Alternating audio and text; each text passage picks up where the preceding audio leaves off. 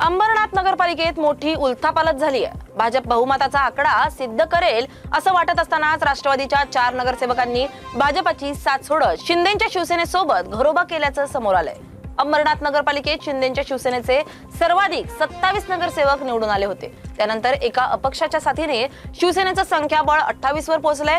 सत्ता स्थापनेसाठी शिवसेनेला आणखी 2 नगरसेवकांची आवश्यकता असताना किंग मेकरच्या भूमिकेत असलेल्या अजित पवारांच्या राष्ट्रवादीच्या नगरसेवकांनी भाजपाला साथ दिली होती। त्यानंतर भाजपाने सर्वाधिक जागा मिळवल्याच्या शिंदे सेनेला सत्तेबाहेर ठेवण्यासाठी काँग्रेसलाही सोबत घेतलं। यावर राज्यभरातून तीव्र प्रतिक्रिया उमटली आहे आणि काँग्रेस प्रदेशाध्यक्ष सपकाळ यांनी 12 जणांना निलंबित केलंय, तर निलंबित 12 नगरसेवकांना भाजपाने पक्षात सामावून घेतलंय।